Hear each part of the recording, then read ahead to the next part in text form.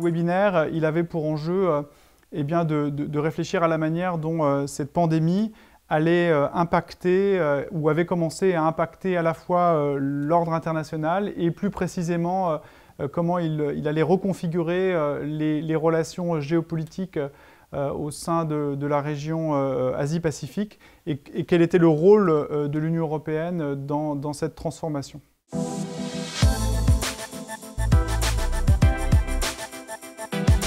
Ce que l'on a vu à l'occasion de cette crise sanitaire, c'est tout d'abord une incroyable solidarité scientifique et une coopération scientifique qui a permis très rapidement de décoder un petit peu ce virus. Mais ensuite, c'est vrai qu'on a assisté à une compétition et à l'exacerbation en fait, des rivalités nationales, que ce soit autour de la question du masque ou des vaccins. Et c'est vrai qu'en dépit des efforts affichés par l'OMS, on a manqué indéniablement de coopération, de collaboration. Et puis c'est vrai qu'au niveau de l'Union européenne, on peut regretter aussi un manque de solidarité entre les membres de l'UE.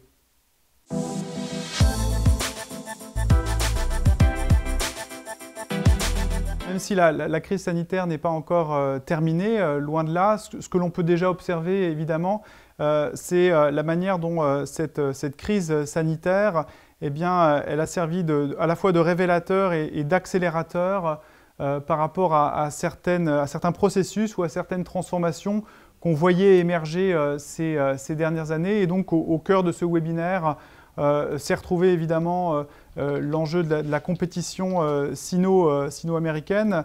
On a beaucoup parlé de la Chine.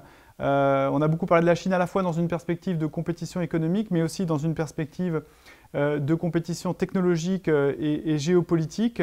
On a beaucoup aussi parlé de l'importance des valeurs, du retour finalement de la diplomatie des valeurs dans le jeu international.